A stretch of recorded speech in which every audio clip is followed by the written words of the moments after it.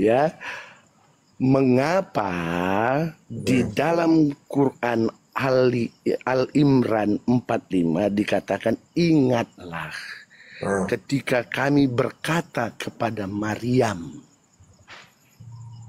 Oke, cukup. Udah lanjut, Ustaz. Udah dijawab. Udah bertanya. Silakan.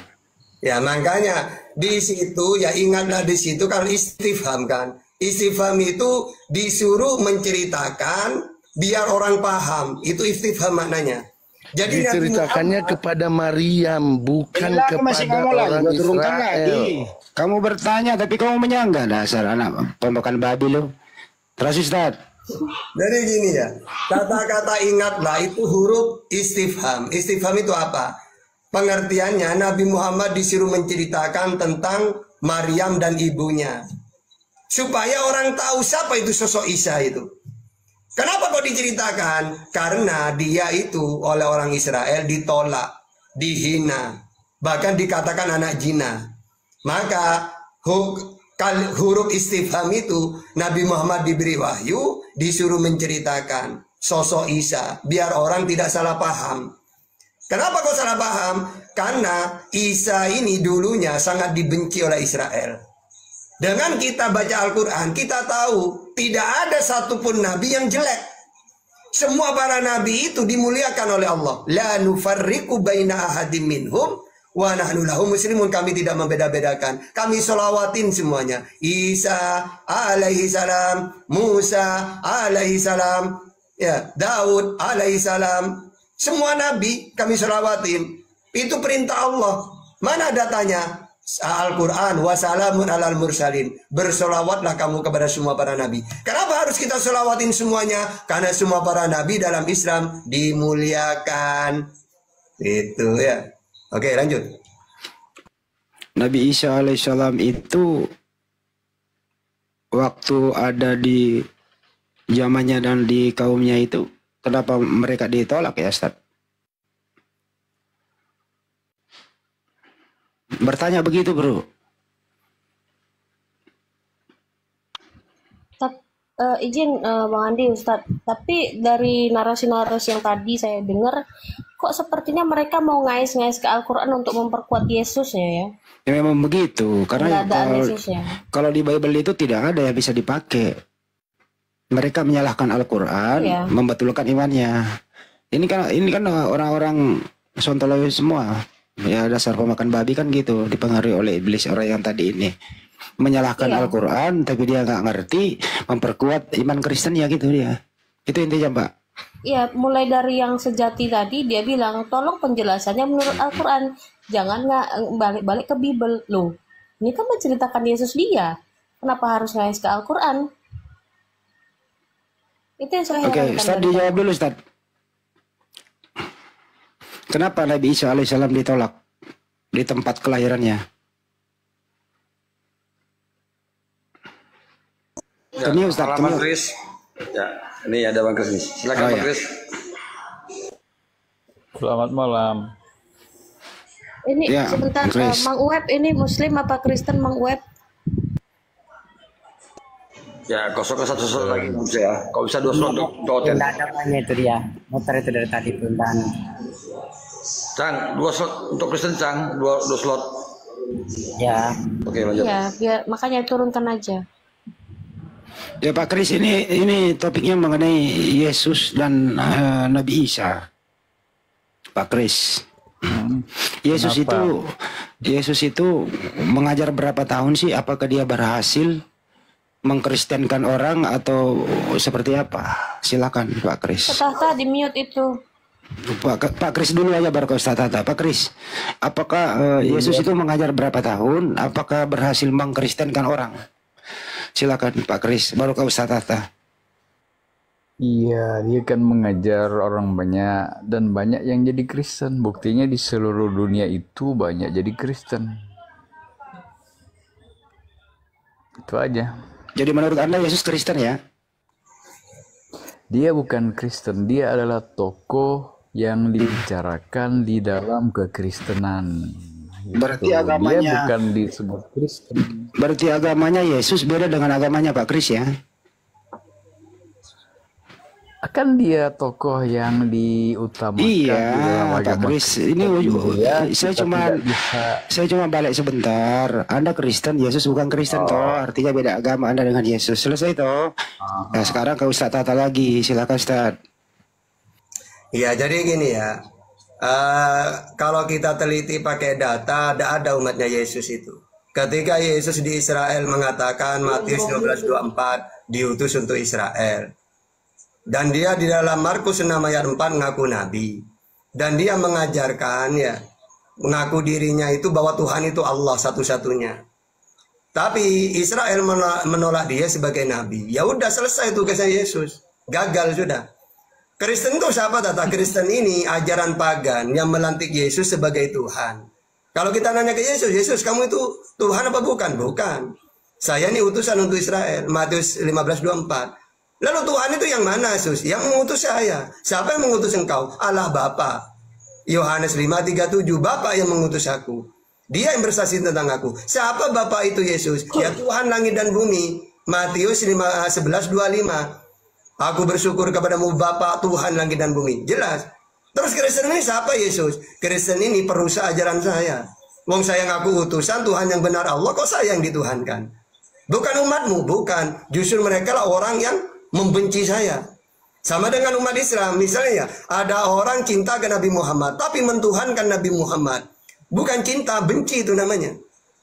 Kalau memang cinta ke Nabi Muhammad, ajaran dia tauhid, Tuhan itu Allah. Nabi Muhammad utusannya. Al-Ahzab 40. Dia seorang utusan dan penutup para nabi. Baru umatnya memposisikan Nabi Muhammad sebagai utusan seorang nabi. Umat namanya.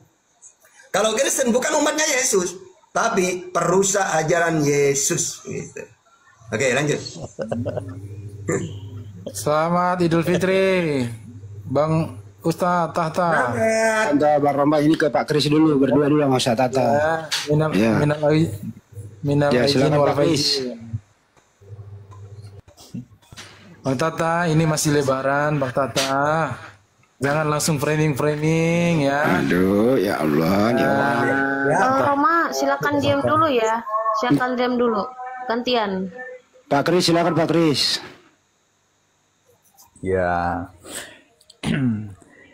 Yesus kan pernah katakan aku Tuhan dan Guru ya ketika dia membasuh kaki murid. Jadi apa yang saya lakukan sebagai Tuhan lakukan juga. Jadi mengingat kematianku kamu harus lakukan saling membasuh kakimu. Nah, itu contoh yang diberikan sebagai tanda saling merendahkan diri ya, kerendahan hati. Jadi kalau Yesus ada kok sekali dia katakan aku Tuhan dan Guru memberikan contoh itu. Jadi kalau orang Kristen menyebut dia Tuhan, sebenarnya murid-murid juga menyebut dia Tuhan. Jadi kita Kristen ini hanya melanjutkan ya, mereka itu murid Yesus kan saksi-saksinya. Jadi kalau mereka Petrus menyebut Kristus Tuhan ya kita juga menyebut Kristus Tuhan. Itu murid-murid sebagai contoh dan saksi. Nah makanya Paulus mengatakan Yesus juga Tuhan. Jadi kita semua Kristen seluruh dunia mengaku Yesus adalah Tuhan dan Juru Selamat. Ya kalaupun kita beda paham ya dengan Pak Ustadz ya nggak apa-apa lah. Itu versi Pak Ustadz menjelaskan. Ya. Tapi kita memahami ya. Oke. Jadi gini ya, kenapa Kristen ini salah paham? Karena mereka tidak tahu definisi. Definisi utusan itu apa? Tuhan itu apa? Kalau ada orang ngaku utusan, apa itu utusan? Manusia yang diberi wahyu untuk disampaikan kepada umatnya. Apa isinya wahyu itu? Perintah, larangan, akidah, syariat. Kayak Al-Quran, Taurat. Ada syariat, ada akidah, ada tauhid. Ada perintah, ada larangan. Ini firman Tuhan. Musa penyampai, Yesus penyampai, Nabi Muhammad penyampai. Kalau Tuhan apa? Tuhan itu wujud tertinggi, pencipta, disembah. Makanya umat Islam final itu. Siapa Tuhanmu tahta? Tuh, ingatlah tahta Tuhan itu wujud tertinggi. Iya. Ayat kursi. Wa huwal aliyul azim. Allah itu maha tinggi, maha agung. dan disembah. An-Nisa 36. Wa'budullah wa la tusyriku bihi syai'a. Sembahlah Allah. Jangan kamu sekutukan dengan apapun. Dan dia pencipta. Ibrahim 32, Sajadah ayat 4, Yunus 54, Al-A'raf 54, Yunus ayat 3. Dialah pencipta langit dan bumi. Yesus bukan wujud tertinggi. Yesus perkenalkan Tuhan wujud tertinggi itu. Siapa? Yaitu Allah Bapa. Yohanes 13 ayat 16. Bapa lebih tinggi daripada aku. Yohanes 14:28 lebih besar daripada aku. Berarti wujud tertinggi Bapa, Bapa yang Tuhan. Yang kedua, Tuhan itu disembah. Yesus menyembah.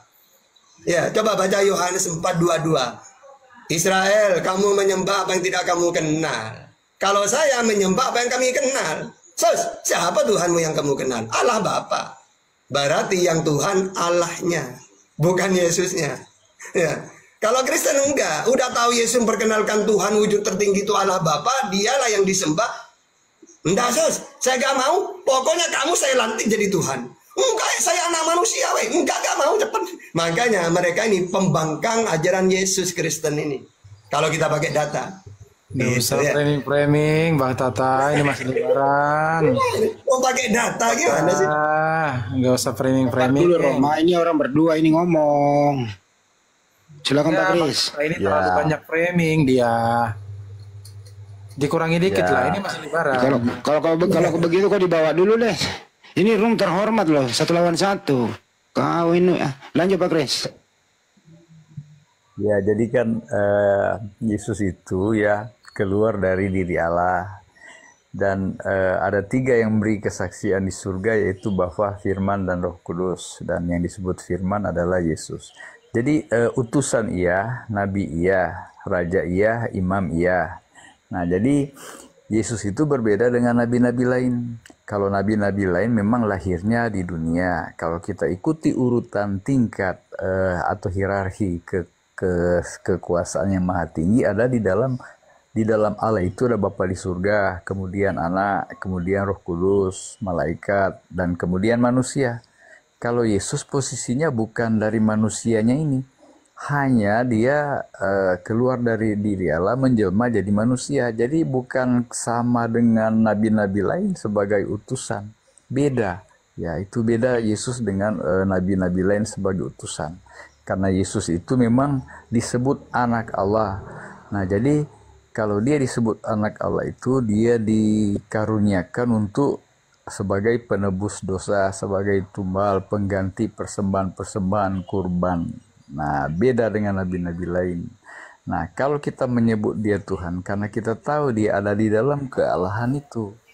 Dari disebut anak Allah, walaupun tidak menyebut ada ibunya. Beda dengan nabi-nabi lain, dilahirkan dari orang tua, ada bapak, ada ibu. Nah, Yesus tidak, udah jelas dari Roh Allah. Jadi beda dengan nabi lain, yaitu datangnya dari Allah. Karena dia juga katakan, aku ada sebelum Abraham ada. Segala sesuatu oleh dia, segala sesuatu dijadikan. Nah, berarti Yesus sudah terlibat dalam penciptaan. Nah, makanya kalaupun dia membuat mujizat, ya, karena dia tahu dia bagian dari penciptaan. Nah, dia bisa memperbaiki apa yang rusak. Ya, manusia yang dicipta kemudian mengalami sakit. Nah, dia punya kuasa, bisa menyembuhkan, bahkan mati dibangkitkan. Nah, itulah kuasa yang ada dalam Yesus, karena dia benar-benar anak Allah. Iblis pun mengakui Yesus itu anak Allah, karena mereka di surga dulunya bersama-sama. Kalau iblis jatuh ya sebagai malaikat yang diturunkan ke dunia yang gelap ini, nah mereka pernah bersama di surga, makanya iblis tahu Yesus itu anak Allah. Nah, ketika mereka ketemu di dunia ini ya, walaupun iblis menggoda dia, tapi Yesus tidak mau takluk kepada iblis, karena Yesus adalah melakukan kehendak Bapa di surga. Kebenaran ditegakkan oleh Yesus dalam dunia ini di tengah-tengah kekuasaan iblis. Tapi Yesus walaupun mati, ya, tapi dia bangkit. Berarti iblis kalah. Yesus menang karena kebangkitannya. Itulah sedikit bagian dari kenapa Yesus kita sebut Tuhan. Itu aja dulu Pak Tata. Oke. inilah ya apa yang disampaikan Bang Kris ini pagan yang dia sampaikan. Karena ajaran pagan itu kan banyak ya, di India itu banyak. Siapa itu putra Dewi dan Gangga, putra Dewa Surya. Ya kayak Karna itu kan tak punya ayah. Maka dikatakan putra Dewa Surya. Yesus kan tak punya ayah. Nah gitu ya. Terus tadi dia mengatakan Yesus bukan lahir di dunia. Jelas-jelas ayatnya kok. Ya, Matius 1 ayat 20. Maria mengandung Yesus. Bahkan Lukas 2 ayat 6 dilahirkan oleh Maria. Bahkan di dalam Lukas 11:27 yang nenenin dia Maria. Dia lahir di dunia, dia bukan.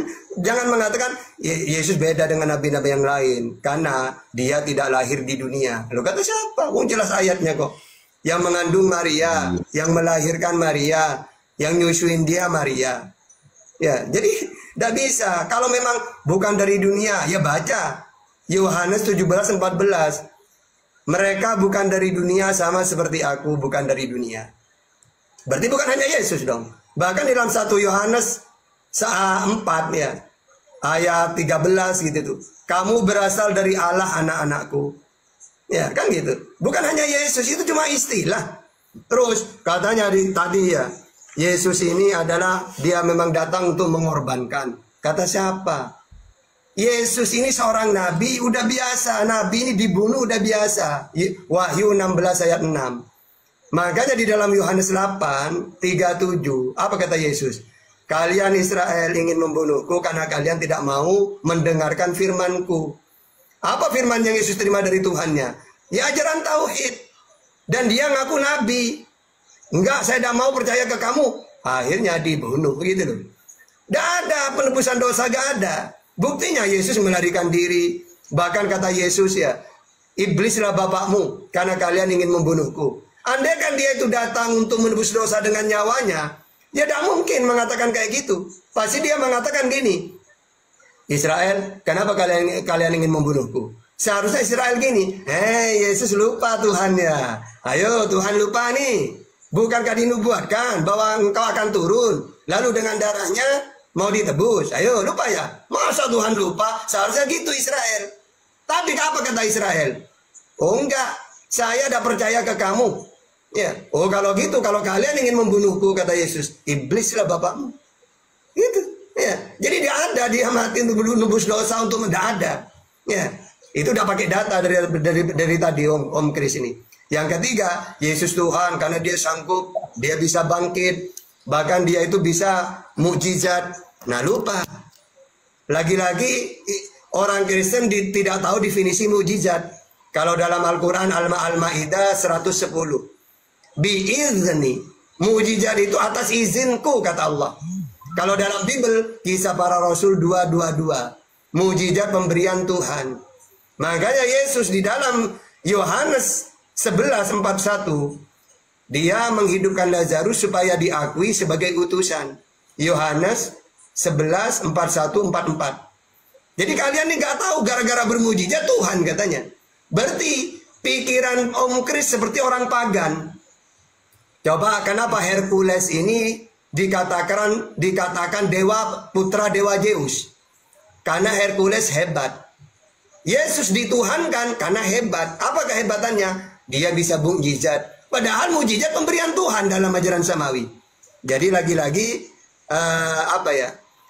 gagal ya tentang definisi. Yang terakhir, Yesus dibangkitkan atau bangkit menandakan bukan Tuhan.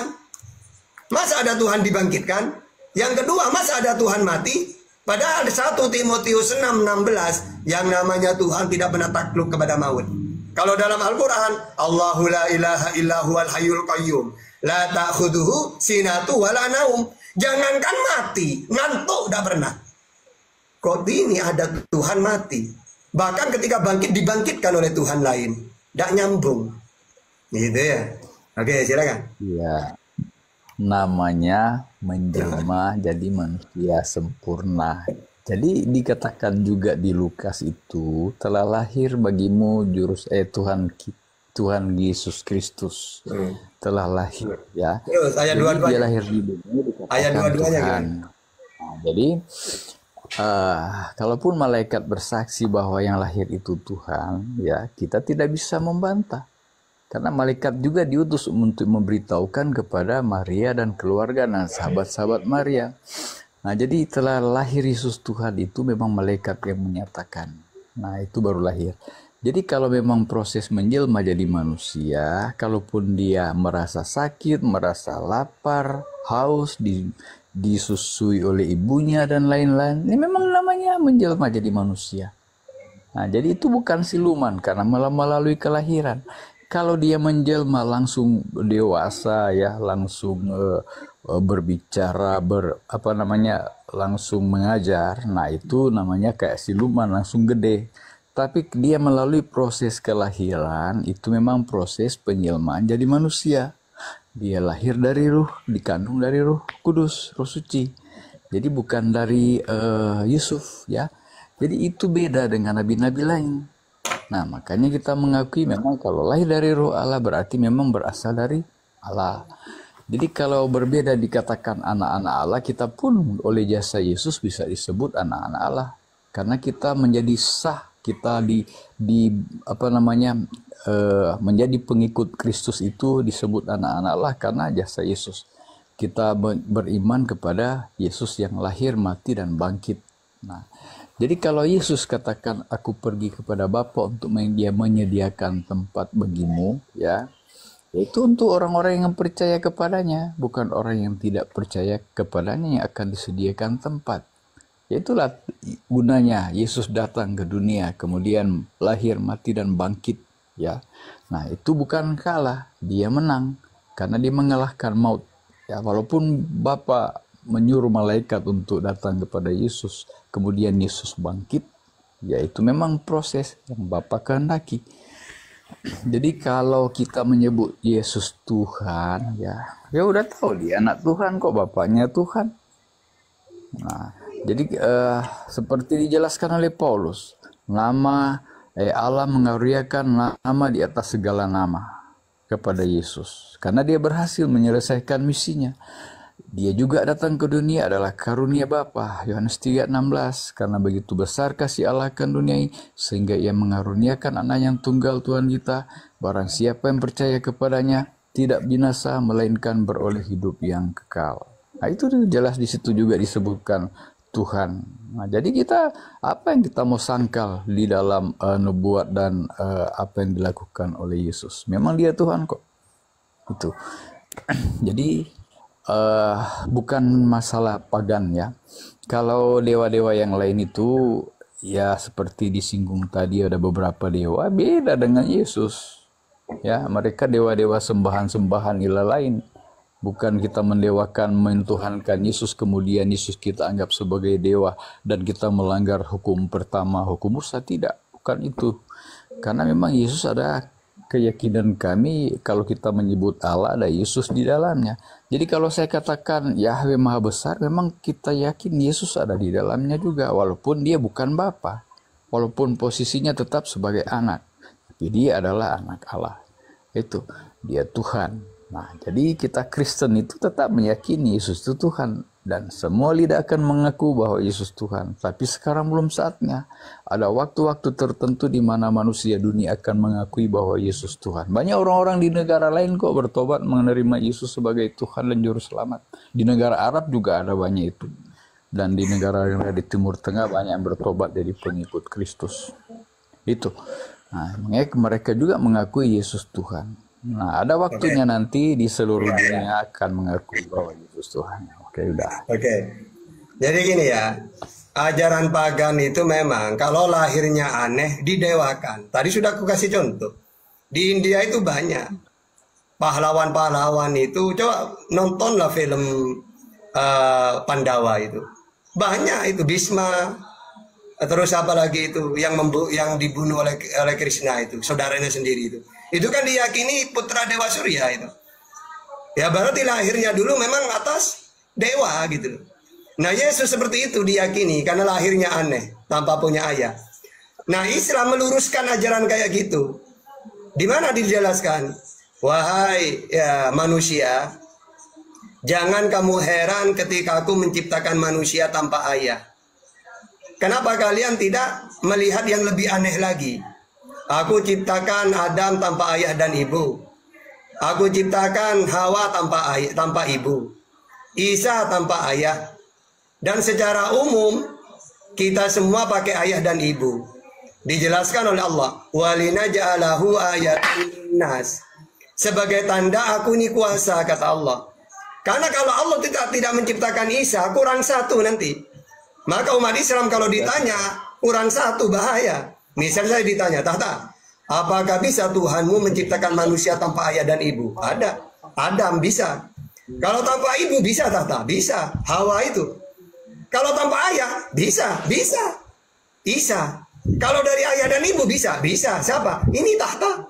Dan semua umumnya kita. Andaikan Allah tidak menciptakan Isa, kurang satu. Misalnya ditanya tanpa ayah dan ibu ada, tanpa ibu ada. Kalau tanpa ayah, iya ya, mana ayatnya ya? Gitu. Jadi sengaja Allah menciptakan dengan 4 cara ini. Tapi kalau ajaran pagan, enggak. Wah, ini dewa ini. Buktinya lahir tanpa ayah. Siapa lagi kalau dewa yang menghamili dia? Gitu. Ya, makanya disebut putra dewa Zeus. Kalau Yesus diyakini anak Allah. Ya kayak gitu. Nah, tapi kalau ajaran samawi, coba orang Kristen, orang Yahudi, orang Islam, gak akan mentuhankan manusia hanya tanpa lahir tanpa ayah itu. Gak ada. Karena mereka tahu Tuhan tidak akan menjelma jadi manusia, tidak akan turun, tidak akan beranak. Ya gitu. Cuma ajaran pagan yang mendewakan atau yang mentuhankan manusia tanpa ayah itu. Ya. Terus yang kedua, Yesus menyediakan tempat di surga. Iya. Sama seperti Nabi Muhammad. Wahai Muhammad, ya Tuhan, kamu saya utus ya. Kepada siapa ya Allah? Kepada seluruh dunia. Apa tugas saya? Ajak mereka ke surga. Bagaimana caranya ya Allah? Ya kenalkan aku sebagai Tuhan. Dan kamu ngaku utusanku. Oke, saya sampaikan. Wahai manusia, kullu ummati yadkhulunal jannah illa man aba. Semua umatku pasti masuk surga, kecuali yang enggan. Ya Rasulullah, siapa yang enggan itu? Yang mereka yang tidak mau ikut ajaranku. Apa ajaranmu ya Rasulullah? Tiada Tuhan selain Allah. Allahu la ilaha illahu. At-Taghabun 13 Al-Mu'minun 116. Maka barang siapa yang mentuhankan Allah, dia bersamaku di surga, disediakan tempat di surga. Fusilat ayat 30. Innal ladzina qalu rabbunallah summa istaqamu tatanazzalu alaihimul malaika alla takhafu wa la tahzanu wa abshiru bil jannah. Barang orang-orang yang mengatakan Tuhan kami adalah Allah, maka tatanazzalu alaihimul malaika, maka malaikat turun ya mengatakan wa la takhafu wa la tahzanu, jangan takut, jangan khawatir, jangan bersedih. Wa abshiru bil jannah, bergembiralah kamu karena kamu mentuhankan Allah. Bergembiralah dengan memasuki surga. Sama seperti Yesus. Yesus, ya Tuhan, kamu saya utus ya. Kepada siapa Tuhan? Kepada Israel. Matius 15:24. Apa tugas saya Tuhan? Ajak mereka ke surga. Bagaimana caranya? Kenalkan aku sebagai Tuhan, kamu ngaku utusanku. Kalau mereka percaya, mengimaninya, maka bawa dia ke surga ya. Sudah kusediakan tempatnya. Oke Tuhan, akan saya sampaikan. Wahai Israel, kalau kamu ingin hidup yang kekal, mengenal satu-satunya Allah yang benar, dan mengimani aku sebagai utusan. Jadi dulu Yesus ini menyediakan tempat di surga bagi orang yang menerima dia sebagai utusan, sebagai nabi, penyampai firman, dan mentuhankan Allah satu-satunya. Kalau Kristen, neraka tempatnya. Kenapa? Karena tidak punya pintu surga. Pintu surga ini mentuhankan Allah. Yohanes 17:3, Yohanes 5:24, Matius 19:16. Kalau bohong Kris, jangankan masuk surga, menghayal aja gak bisa. Gak punya data dia. Coba ada nggak satu data saja? Kalau kamu ingin hidup yang kekal, tuhankanlah aku. Gak ada. Padahal kata Yesus, pintu surga itu la ilaha illallah. Gitu ya. Nabi Muhammad juga gitu. Pintu surga itu la ilaha illallah. Gitu. Silakan. Ya, saya tidak menyebutkan ayatnya di mana, tapi Anda tahu sendiri kalimat yang saya sampaikan itu ada dalam Perjanjian Baru di Matius, Markus, Lukas. Jadi kalau memang Anda butuh data ya, di kitab Yohanes kita lihat ketika Yesus ditangkap ya, sebagai bukti bahwa memang Yesus pernah diadili, dihadapkan kepada Hanas dan Petrus di dalam Yohanes 18. Yesus di hadapan Pilatus, Yohanes 18 juga, Yesus dihukum mati, Yohanes 19. Itu yang disangkal oleh ajaran-ajaran kalian ya, bahwa Yesus tidak disalibkan, tidak mati. Tetapi di sini kita punya data. Yesus juga disalibkan di Yohanes 19 ayat 16 ya. Yesus mati ada Yohanes 19 ayat 28. Dan Yesus dikuburkan Yohanes 19 ayat 38. Dan Yesus menampakkan diri, Yesus bangkit, ada semua, ada data-datanya ya. Jadi kalau ajaran kalian itu ya mengajarkan bahwa Yesus sebenarnya tidak mati tapi diserupakan, itu justru ilmu yang tidak ada bedanya dengan ilmunya iblis ya. Kebenaran ditambah-tambah dengan kebohongan. Ya seperti halnya juga waktu iblis menggoda Hawa, dia kutip firman Tuhan. Tapi ditambahkannya, tentulah Allah ya melarang kamu makan buah pengetahuan baik dan jahat.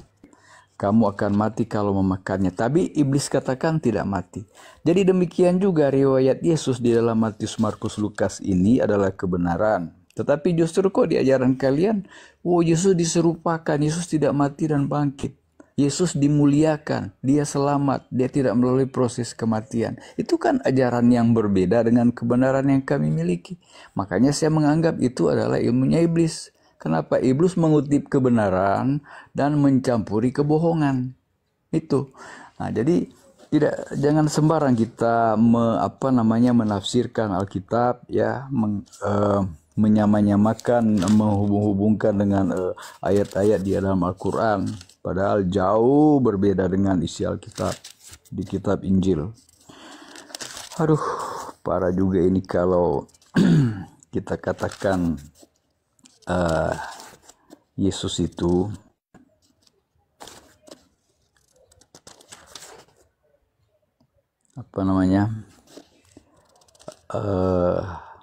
cuma hanya sekedar utusan, tapi padahal dia oleh Melkisedek dikatakan imam, dia juga raja ya, oleh murid-murid menyebut dia Tuhan. Ini ada bukti, ada data-datanya di dalam Matius, Markus, Lukas, Yahya ini. Jadi kalau kita katakan hanya Kristen menganggap Yesus Tuhan itu menjadi pagan, ya kita Kristen pengikut Paulus itu keliru. Ya kita membaca Injil, Paulus juga ada di dalam Alkitab. Jadi kita yakini dia adalah sah ya, diutus oleh Yesus untuk bangsa-bangsa lain. Itu ada data-datanya di Kisah Para Rasul. Jadi kalau kalian mengatakan ajaran Paulus itu ajaran pagan, Paulus juga pernah pergi ke suatu tempat ya, di mana ada orang-orang kepada Allah yang kami tidak kenal. Nah, Paulus memperkenalkan, saya mengenal Allah yang kami kenal. Yang dia kenalkan kepada mereka adalah Yesus, bukan Allah lain. Jadi kalau kita menyembah Tuhan Yesus sebagai Tuhan, kita tidak bertentangan dengan 10 hukum yang pertama, jangan ada padamu Allah lain di hadapanku. Karena ternyata Paulus itu menentang juga penyembahan berhala. Jadi ketika dia jumpa dengan orang yang menuliskan kepada Allah yang kami tidak kenal, justru Yesus yang diperkenalkan Paulus. Saya mengenal Allahku, di dalamnya adalah Yesus. Itu tulisan-tulisan Paulus banyak menerangkan tentang apa arti Yesus mati, apa arti Yesus bangkit, makna dari kematian dan kebangkitan Yesus. Itu diterangkan oleh Paulus. Dan kalian menganggap Paulus itu ajarannya pagan. Nah, kalaupun ada Kristen-Kristen pagan, itu bukan karena Paulus. Nah, mereka punya doktrin yang berbeda dengan ajaran Paulus. Jadi perhatikan baik-baik tulisan Paulus, bagaimana dia mengagung-agungkan Bapa di surga dan juga Yesus sebagai anak Allah. Itu tulisan Paulus itu baik, hikmah yang dari Allah diberikan kepada Paulus. Jadi bukan pagan. Ya itu aja dulu. Pertama, jangan ada Allah-Allah lain. Terus Allah yang benar itu yang mana? Allah yang dikenalkan oleh para nabi. Musa Ulangan 6 ayat 4. Yesus Markus 12:29. Itulah Allah yang benar. Nabi Muhammad Qul huwallahu ahad. Inilah Allah yang benar, jangan ada Allah yang lain. Nah, kalau Paulus kan Allah lain, itu Tuhan lain. Jangan mau, kata Paulus, jangan percaya ke Musa dan Yesus. Kalau Musa dan Yesus perkenalkan Tuhan itu satu, yaitu Allah. Ulangan 6 ayat 4, Markus 12:29. Kalau Yesus dan Musa memperkenalkan Tuhan itu tidak bisa dilihat. Keluaran 33:20, Yohanes 5:37. Jangan percaya, kata Paulus. Bohong Musa dan Yesus itu. Terus siapa Paulus? Ya Yesus sendiri, itulah yang Tuhan. Ya, Roma 9 ayat 10. Kalau kamu mengaku dengan mulutmu bahwa Yesus Tuhan, nah itu kan. Padahal kata Yesus, Tuhan yang benar itu Allah itu. Allah Bapa itu. Matius 11:25. Tapi kata Paulus, bohong Yesus itu. Jangan diikutin. Yang benar dia sendiri Allah. Jadi, benar kata Kris itu, jangan ada ilah-ilah lain. Itu, yaitu apa? Allah yang benar, yaitu Allah yang esa, yang tidak kelihatan. Tapi kata Paulus, Yesus ini pembohong, kata Paulus. Padahal dia sendiri yang Tuhan. Nah, berarti Om Kris ini lebih percaya kepada ilah-ilah lain yang dikenalkan oleh Paulus. Bukan Tuhan yang dikenalkan oleh Yesus. Gitu ya. Terus masalah nanti, kok ada ya berita dari setan, katanya, dari iblis, Yesus tidak mati. Nah, itulah imannya. Sekarang kita harus tahu kronologinya. Gini loh. Di dalam Matius 26 ayat 4, Markus 14 ayat 1, orang Israel kan benci ke Yesus, sehingga memakai cara tipu daya untuk membunuh dia. Dengan cara mencari kesaksian palsu. Ya, di dalam Matius 26:59. Bahkan ingin supaya Yesus itu mati terkutuk. Supaya orang tahu ketika mendengar Yesus disalib, pasti dalam hatinya orang-orang, oh pasti itu orang terkutuk itu, biar gitu. Coba kita baca di dalam Ulangan 21-23. Ya, sebab seorang yang digantung terkutuk oleh Tuhan, janganlah engkau menajiskan. Jadi mereka ini gini, mereka merundingkan tipu daya. Apa tipu dayanya? Ayo Yesus ini kita bunuh yuk. Mau dibunuh gimana? Uang dia tidak bersalah. Ya kita cari kesalahannya. Supaya nanti dia sekiranya orang yang terkutuk, dia dikutuk Tuhan. Ya, karena memang orang yang mati di salib itu kan orang dikutuk. Dikutuk Tuhan kalau dalam perjanjian lama. Nah, mereka membuat tipu daya sekiranya Yesus itu dikenal orang terkutuk gitu. Nah, sayangnya dibocorkan oleh Allah lewat Al-Quran. Ingat ya, yang menurut mereka mati terkutuk itu bukan Yesus, tapi oleh Allah digagalkan mereka. Wa makaru wa makarallah wallahu khairul makirin. Ya, sesuai dengan Amsal itu 11 ayat 8. Atau Amsal 21:18. Orang benar diselamatkan dari kesukaran, lalu orang fasik menggantikannya. Orang fasik dipakai sebagai tebusan bagi orang benar, dan pengkhianat sebagai ganti orang jujur. Tapi kalau menurut Kristen, enggak, Israel, kamu berhasil, saya dukung. Yesus itu benar-benar terkutuk dia. Orang pendosa dikutuk Tuhan, saya dukung, kata Kristen. Kalau Islam, Kristen dan Israel, kenapa kalian mengutuk Yesus? Dia itu dia tuh mulia dia. Yang kalian kutuk, yang kalian tipu daya supaya dia mati terkutuk bukan Yesus. Memang orang terkutuk beneran, Allah sudah ganti. Amsal 21:18. Ya, jadi masalah itu Bang ya. Saya sering mengatakan, masalah penyalipan itu biarlah kita beda iman. Kalau versi Islam dia orang mulia, seorang nabi dimuliakan. Tapi menurut Kristen, iblis, Israel, dia orang terkutuk. Tidak apa-apa, silakan. Kalau bagi kami nabi tidak ada yang terkutuk. Tapi bagi Kristen, ya ada tata Yesus itu. Ya sudah, kamu imani. Berarti kamu mentuhankan manusia terkutuk. Ya silakan. Karena kalian imani penyaliban itu. Kalian setujui kemauan Israel. Ya udah, tidak masalah. Gitu ya. Cuma memang beda iman kita. Biarlah kami memuliakan Yesus, dan biarlah kalian mengutuk Yesus. Tidak apa-apa, silakan. Gitu ya. Oke, silakan. Nah, jadi mengenai terkutuk, benar. Orang-orang terkutuk, orang-orang yang melanggar hukum Allah, ya, pendosa-pendosa. Tapi Yesus itu, ya, mati terkutuk bukan karena Kristen bunuh dia, ya, bukan karena Yahudi bunuh dia, ya, bukan karena apa ya, memang dia mati terkutuk karena kesalahannya. Yesus kan terpaksa dikatakan disalibkan, mati terkutuk karena dosa-dosa manusia, ya. Sudah jelas Yesus tidak terbukti bersalah. Kok dipaksa disalibkan?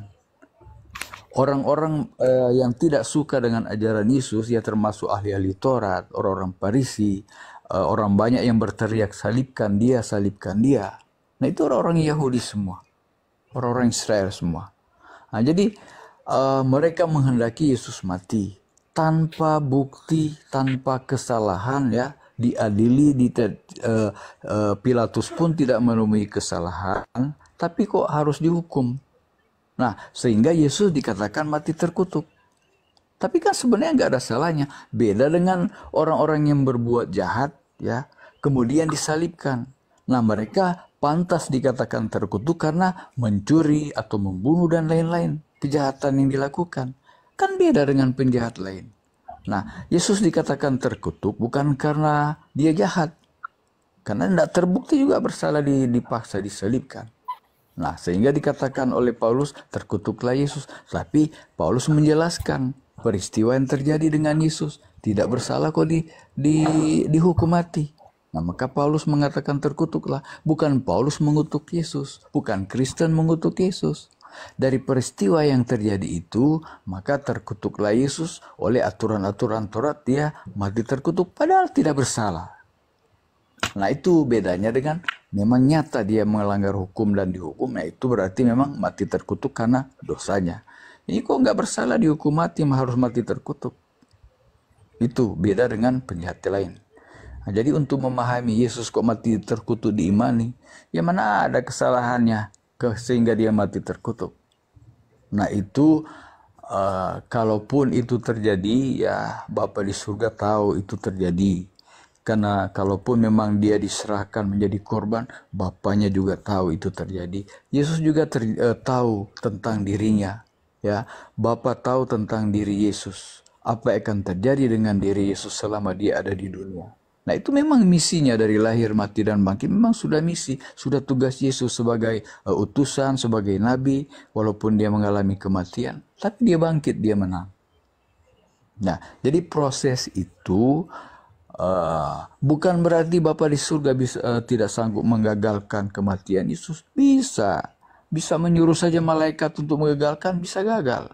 Tapi karena memang Yesus itu datang memang akan mengalami hal demikian, makanya Yesus katakan, sekiranya cawan ini lalu daripadaku, tapi bukan kehendakku yang jadi, kehendakmu yang jadi. Karena Bapa tahu Yesus akan mengalami kematian. Ya, bukan berarti Bapa di surga tidak melihat ke depan apa yang terjadi dengan Yesus. Tahu Bapaknya. Nah, tapi karena itu suatu proses yang memang akan terjadi, Yesus dianugerahkan itu sebagai anaknya, anak kesayangannya, karena Bapa di surga pengasih penyayang, dia masih mengampuni dosa kita, ya, masih memaafkan kita manusia walaupun dosa kita bejat, tapi Tuhan itu masih mengasihi kita sehingga Yesus itu diberikan jadi kurban, pengganti korban-korban hewan. Nah, karena Allah mengasihi kita itu sebenarnya kenapa Yesus mati itu? Karena intinya adalah Allah masih mengasihi kita. Jadi adalahkah juru selamat untuk manusia-manusia yang berdosa. Tapi yang kalau nggak percaya, mana ada tempatnya, mana ada bersama Yesus nanti kalau nggak percaya Yesus. Apalagi menyangkal tentang peristiwa yang terjadi dengan Yesus. Jadi segala dalil-dalil yang menyangkal kematian Yesus itu sebenarnya dalil-dalil yang berusaha menutupi apa yang disebut jalan yang lurus itu. Akulah jalan kebenaran dan hidup. Tidak seorang pun bisa sampai kepada Bapa tanpa melalui aku. Dan di kitab kalian juga dikatakan jalan yang lurus itu mengarah kepada Isa Al-Masih. Ya, ikutilah dia jalan yang lurus. Nah, jadi contoh dan teladan yang diberikan oleh Yesus kepada kita, ya walaupun dia sanggup mencegah kematiannya, tapi dia tidak melakukan itu karena Yesus juga mempertahankan hukum. Dia mati, sampai mati di kayu salib karena hukum juga yang dipertahankannya. Dia bisa saja melawan, bisa saja memerintahkan malaikat. Malaikat itu menyaksikan, malaikat Yesus menyaksikan peristiwa yang terjadi dengan dirinya. Bisa saja diperintahkannya cegah mereka. Bisa ditampar mati semua itu. Kan malaikat Tuhan banyak jumlahnya.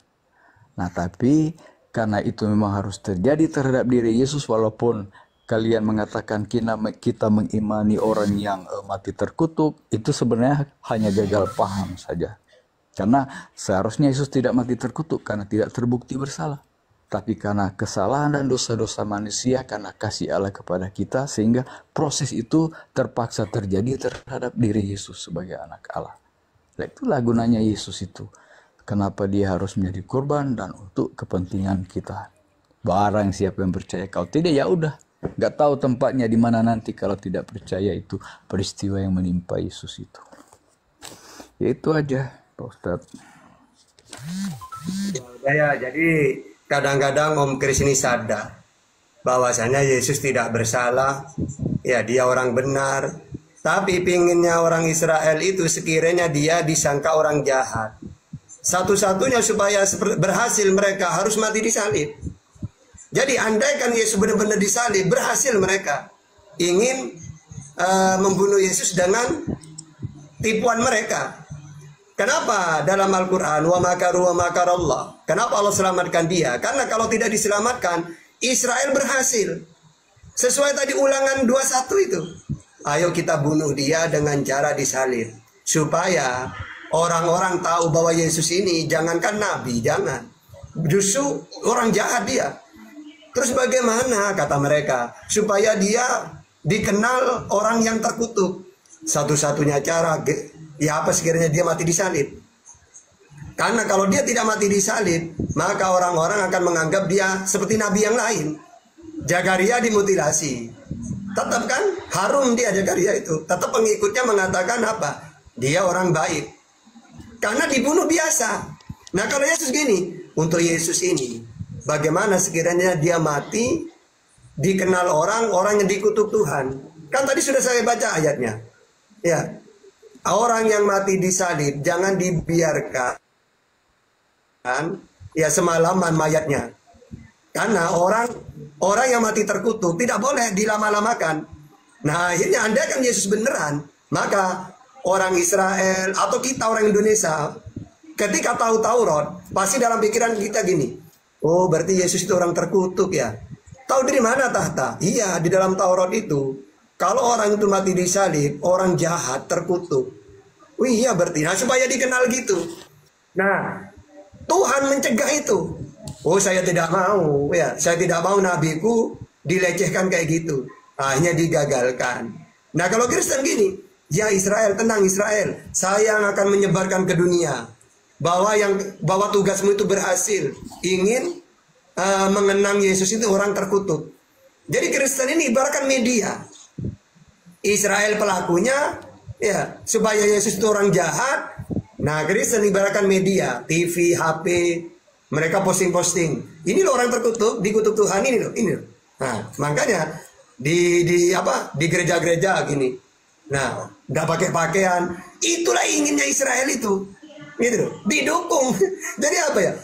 Tujuan mereka ini sukses gara-gara Kristen. Padahal apa kata orang Israel? Ayo kita bunuh dia, sekiranya orang dunia tahu bahwa dia orang jahat dikutuk Tuhan.